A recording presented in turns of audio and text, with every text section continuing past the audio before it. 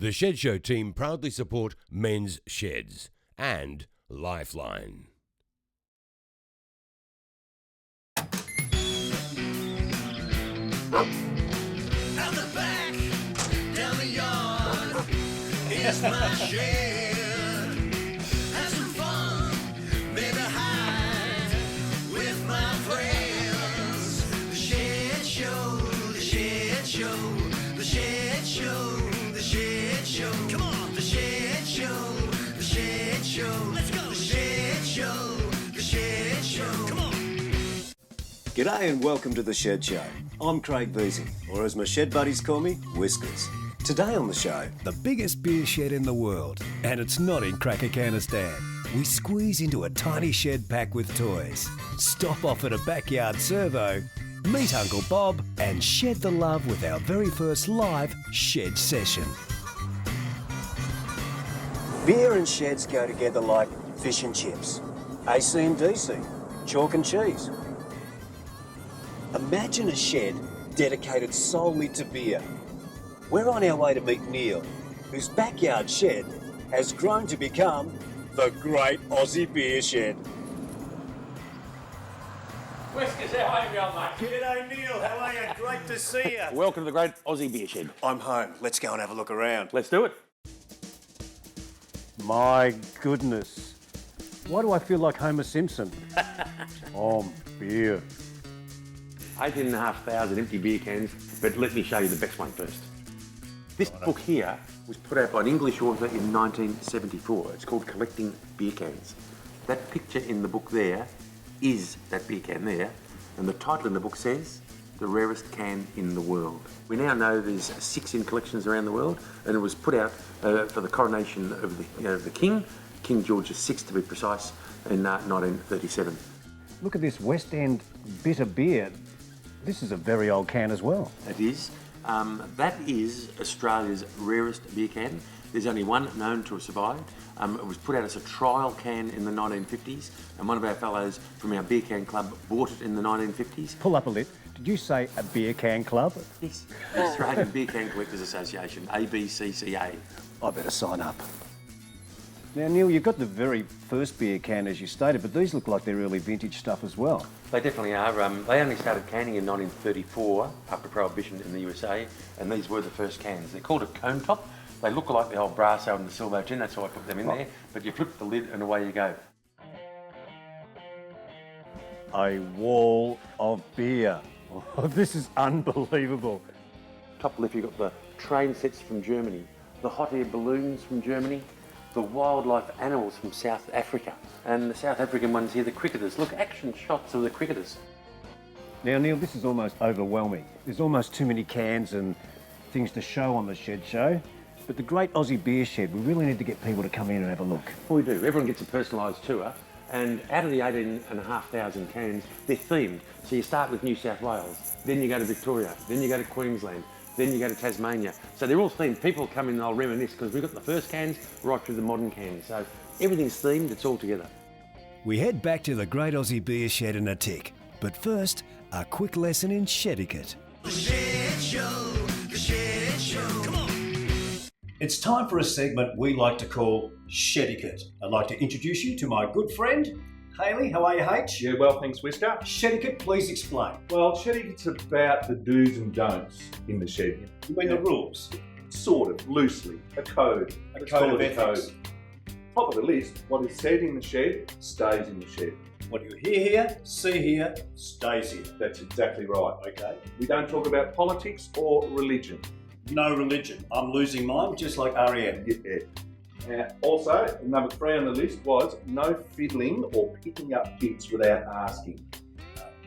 Do you mind if I have this? That's over, okay, please? you're more than welcome. No worries. No fiddling. Also, if you borrow any tools or equipment, make sure you bring them back on time and in better condition than what you took. No swapping drinks, and I notice beer here is highlighted. What do you mean, Hayley? Beer or drinks, things like that. If you're going around, you might be going around to your mate's place to maybe listen to the cricket, listen to the footy on the radio, bring you a couple of cool fizzy drinks, you bring light beer, and then all of a sudden you start drinking heavy beer. It's not kosher. Now, I've noticed this one here because, of course, I've got a shed dog, and I notice you have Mad Roy here. Yes. No stirring up the dog. That's right. Sometimes people come around, you know, the dog's boisterous, he wants to play, chase ball, do that sort of stuff. Don't do that sort of stuff just before you leave, because otherwise the host, he's going to be chasing the dog around all night. Oh, the shed hound, though. We don't want that. Also, leave behind borrowed stubby holders. That was very high on a lot of people's list. A lot of blokes might have their favourite stubby holder. You turn up, you've got your stubby holder, you borrow one, don't stick it in your back pocket, walk off, make sure you leave it behind. Some do have sentimental value.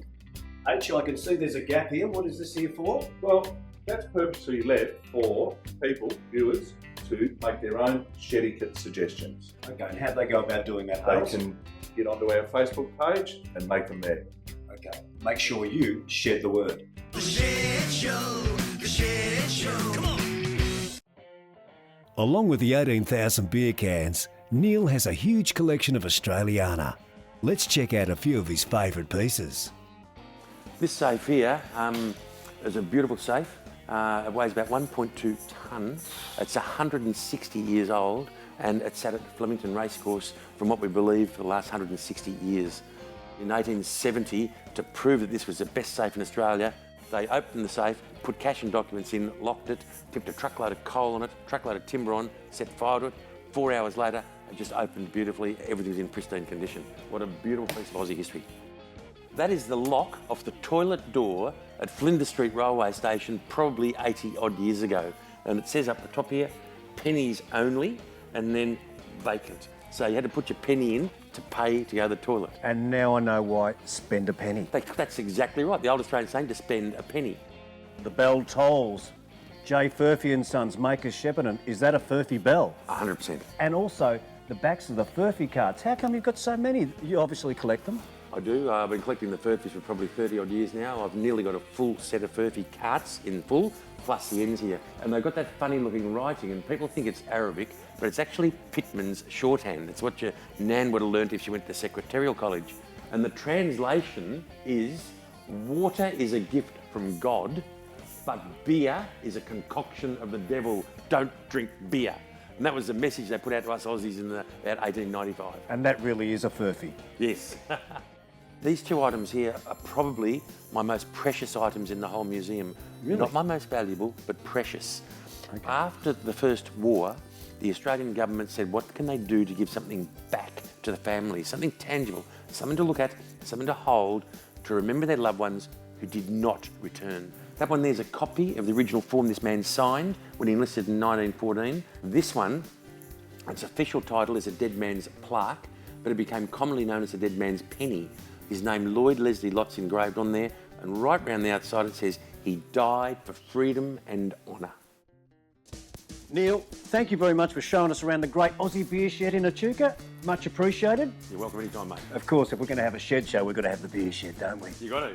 Listen, we're going to have to come back though and check out the Heritage Museum. Is that okay? 100%. All right. Here's good help. Cheers and beers. If you want to see extended interviews on any of the segments, just hit up the Shed Show website. Coming up after the break, Shed Show Toy Boy Wall, and we fill up at Max's Servo. Shed Show, the Shed Show. Come on. The Shed Show, the Shed Show. Come on. I'm just tiptoeing through this garden shed and a few barkers. Loaves, you've got to be careful because there's a couple of barkers down here. But sometimes when you come to a garden shed, this is why I love this show. You never know what you're going to find. Hello, Wall. Are you home? G'day, Whisker. Come into my shed. How are you, mate? Good to mate. see you. Good, mate. Well, I was thinking a garden shed, but we've opened up Pandora's box. We have. This is more like a toy box I've found in here. This is incredible. How many cars and motorbikes and have you got in here? What a collection. Well, there's over 600 in here, Whisker. You must have been collecting these for a long, long time, my friend. 15 years. 15 years. Well, that's not too long, but some of these look a lot older than 15 years old. Yeah, some come from the 30s. And I'm sure there's a lot of stories to be told too. Well, there certainly is. And by the way, I saw the dogs outside. You haven't got a cat, have you? No. Because we wouldn't be able to swing it in here. No. How did it all start? Basically, there must have been a seed that was sown. Well, it was my father. Your father. Are some of these toys your father's, were they? Some of the tin toys are my father's. He's 88 and he collected his toys and I carried on from there. Now, whereabouts have you discovered or found these toys? Well, antique shops, antique fairs, car boot sales. If you see an antique shop anywhere in a town, you're into it, aren't you? I'm into it, I'm there. Is there anything that's your favourite? Yes, it would be my father's motorbike from the 30s. Which is your favourite one in the here, Wal? Probably the vintage car here, Whiskey. The vintage car, it's an Opal. It's an Opal, I like that car. It's nearly to scale, that one. Now, whereabouts did you find that one, Wal? I found that one in Bendigo. You found it in Bendigo. Yeah. Amazing. You do travel around a bit to find these things. We've got the crane. And look at this truck here. It's even got a grader on the front. They had the double up back in those days. Yeah, they got the tippers on them. Tip the dirt into the back. Tip the dirt in the back, and that would have been you in the sandpit. That was me, mate, yes. These would be all great collector's items. And you know what I do like about them? Because they're not in pristine condition. I like the fact that they've been scratched and used. That's right, yeah. And somebody has actually played with these over time. Yes, they've been well loved. As well as all the toys in Wal's shed, he's also got posters, signs, books, all with a mechanical theme. But Wal's real passion is Harley Davidsons. Looks like you have something from every era, and Harley Davidson is obviously the key one that you're after. Yes, they're my favourite. I've got the WLA there from 1932. The Waller, yep. I've got the knucklehead there. Okay. I've got the panhead, went from 47 to 65. Shovelhead there, 66 to 85. And then we've got the Evo from 86 to 90. And the twin cam from 1999 to present. Is there any criteria that you look for when you're collecting one of these toy cars or a toy motorbike? They've got to be realistic. These posters on the wall, are they from the old Easy Rider magazine? Yes, they are. They're David Mann pictures from the Easy Rider magazine. Aren't they fantastic? And I reckon they inspired people to ride motorbikes, probably just like you, Wal. I reckon they did. I'm sure they did. And you really should be congratulated for such a collection and keeping memories and keeping them alive here in your beautiful backyard shed. That's right. And thanks for being part of the Shed Show. That's a pleasure, mate. Cheers. The Shed Show, the Shed Show. Come on. I'm on my way to see a shed in progress. Max used to run a servo, and now he's recreating one in his very own backyard.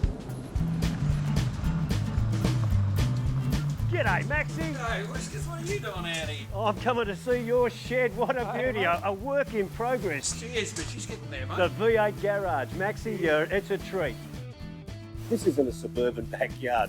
Actually, it's a pretty big block, but you've got a fantastic shed here. What's the whole goal? It looks like a service station. Yeah, I had a service station back in the 80s, and that's where the fuel bowsers come from. This wasn't an old Golden Fleece, was it? No, it wasn't a Golden Fleece, but the whole shed's going into Golden Fleece, as you can see in the yellow here. We're going to have Golden Fleece bondage and that over the top, and it's going to look like a 1950 service station when she's done. And look at this, Max. The showroom. It is beautiful. How many cars we got in, and motorbikes over there as well? Yeah, we've got about 10 cars, 11 cars here at the moment, Whiskers. I'm loving this one, Max. What is it, a 62 compact? It's a beautiful car. Yeah, it's a 62 compact Fairlane. I've had this one for about 12 years. All my boys went through their L plates in this car. It was a lot of fun around town. Like, we bought it as a mudguard. It was all shiny and everything, but everything else was shit in it. We replaced it all, and yeah, quite a good car. It actually got in Street Machine 6 years ago. Now, Max, I don't know whether people would call you a collector here. You've certainly got the shed for and it looks the part, but most of these cars have a story, don't they? They do. Yeah, and that's what I sort of go for, a car with a story, whether it come locally or who owned it, where it went, what it was. This actually started life as a funeral car. Really? Yeah, a Battleship Grey. And pardon the pun, but I think you brought it to life. And look at this, the Green Machine. Another Ford, a Land Dow. As you said, everything comes with a story. There was only 1,378 made, 351 FMX, 9-inch Detroit Lockett diff, genuine 140 mile an hour, not that I've done it. Yeah, all GT running gear, 4 bucket seats, all electrics, very, very classy car of the day. This one, the Leyland P76, is a genuine Australian car. It's actually more genuine than a Holden and a Ford. Now, how did you come about to have this in your possession in this beautiful shed here, Max? Well, when I was a young bloke, I used to hitchhike to a lot of dances, and the Baker boys were young farmers, well-to-do out the road, and they both got one for their 18th birthday, and they used to pick me up in it. So that's where I got the passion for the P76, and this came up at Shannon's auctions for sale, and I bidded on it and won it. Yeah, we love our cars, but we like to drive them. Max also digs his bikes, but that's a story for another day. Gary Turner from Turner Constructions, he built the shed for me here. Well, he's done a magnificent job, hasn't he? He's done a ripper job, yeah. And it's going to look fantastic when it's finished. We must come back and have a look at it one day. And I want to thank you, Max, for inviting us into your shed. And I know it is a work in progress, but I'm happy. I'd be happy to live in here. The Shed Show, the Shed Show. Come on. If you want to be looking shed sharp, make sure you get to the website and pick up some Shed Show merch. On the other side of the break, we meet Uncle Bob.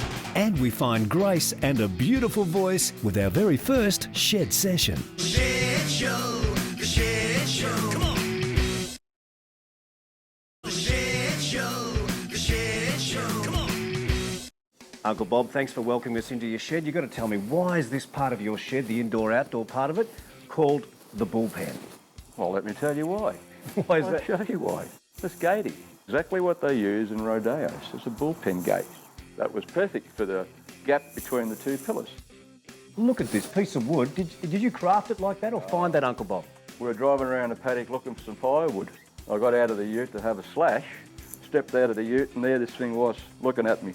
Son-in-law was in. He said, "What are you doing?" I said, "It's R.M. Williams. That's the Longhorn, mate. That's going to go in the bullpen." He said, "I can't see it." And I said, "That's it, mate. Look at it. Have a close look at it. That's the R.M. Williams Some logo." things in the shed, Uncle Bob, you can't explain. This is a time capsule here. The clocks are actually the times the grandkids were born. So I've got plenty of room to put more clocks up here. I don't know who more kids are going to get, but each one of the grandkids has got their own clock and the time they were born. And that one there, that's my clock. The time stands still for me. It is a bit of a chilly day here in the backyard, Uncle Bob, but luckily we've got the pizza oven going as well. I hope you're going to brew up some pizzas a little later for us. Did you make this yourself, or...? Absolutely, from scratch. The shells from the mother country. And my dear wife, Chris, and I, we put it together, and it was a labour of love. We enjoy doing it, and we fire it up every now and then and have the kids over and some mates around, and we have a good old pizza out the back. And I love the way that you've got the wood stacked nicely over here. Can we have a look at this over here? Yeah. Well, I had a gap there and I had to fill it with something, so that's the wood feature. Well, look, I'm ahead of the curve. And I like your lighting as well you have in here as well. Look, we've got the salami. But I did notice a real light above, and I think it's a beauty too. Can we take the camera upstairs and have a look at this one? Just up here, look at this. This is beautiful. Son-in-law's not a bad welder. He's also an electrician. I said, make me something to hang up there, and I want it big.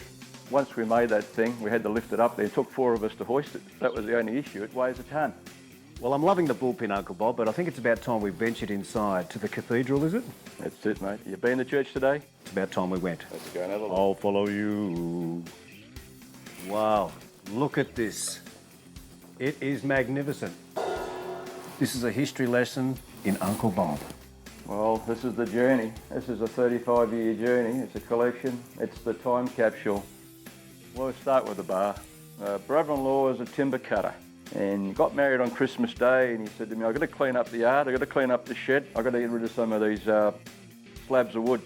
So anyway, I went over to Rushworth and had a look in the shed, and I couldn't believe it. I nearly fell over myself. There was 2 of these sitting in there that he wanted to get rid of them.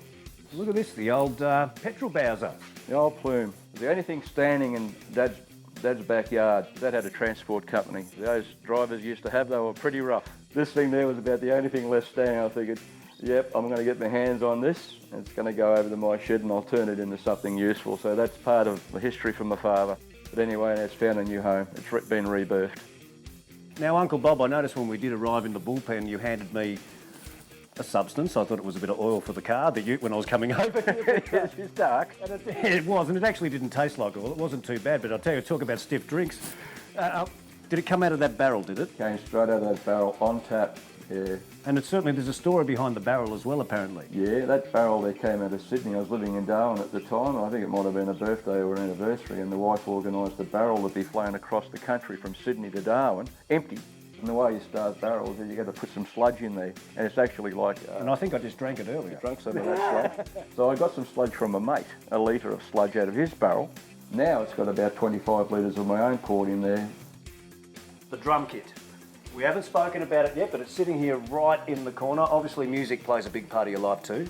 I played in the covers band for a number of years. Back in the 80s, we used to tour along the Murray. Now listen, you wouldn't mind beating out a bit of frustration right now, would you? I can knock out something for you, Get behind there and give it a twirl, Uncle Bob. Come on, off you go.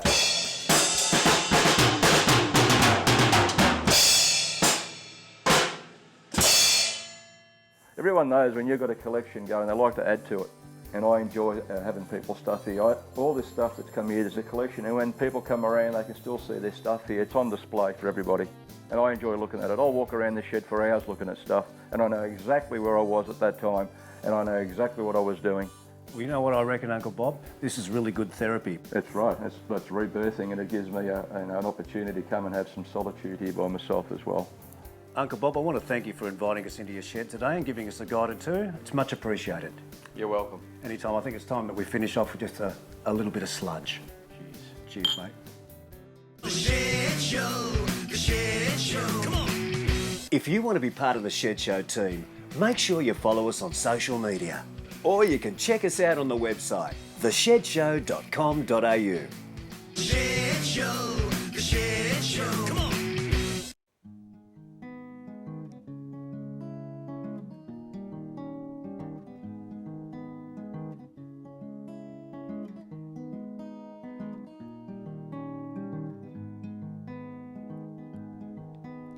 Stone cold, how many stones will you throw at my window before I turn you away? Well, I keep my soul under lock and key. I've built a wall that surrounds me. Ain't nobody claiming me, ain't nobody gonna break my heart. Ooh, I promise my dear dead mother that no man may ever break my heart. Ooh, I promise my dear dead father that no man may ever break my heart.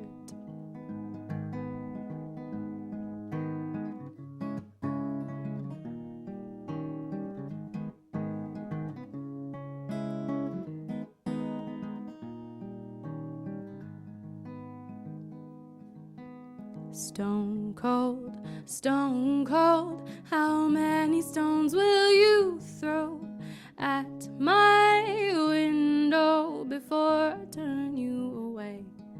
Well, I keep my soul under lock and key. I've built a wall that surrounds me. Ain't nobody claiming me, ain't nobody gonna break my heart. Ooh, I promise my dear dead mother that no man may ever break my heart. Ooh, I promise my dear dead father that no man may ever break my heart.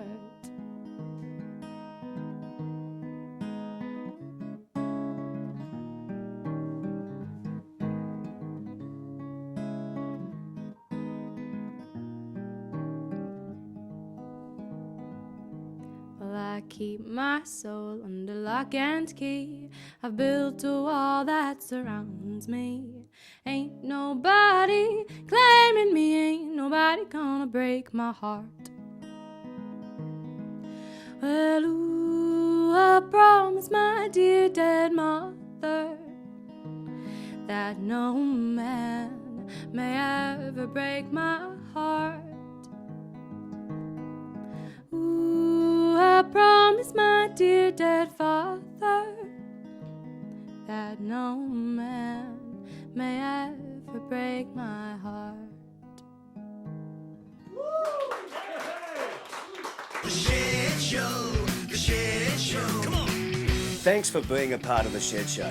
Next week on the program, we meet the muso that creates the Shed Show music in his shed. Discover a shed full of silly sausages, chat to the main man behind the Men's Shed Association, Katrina takes pole position in her shed, and we visit the shed that Jack built. The Shed Show, The Shed Show. Let's go. The Shed Show, The Shed Show. Come on. The Shed Show is brought to you by these loving people. If you'd like to sponsor the show and shed the love, get in touch today. Cheers.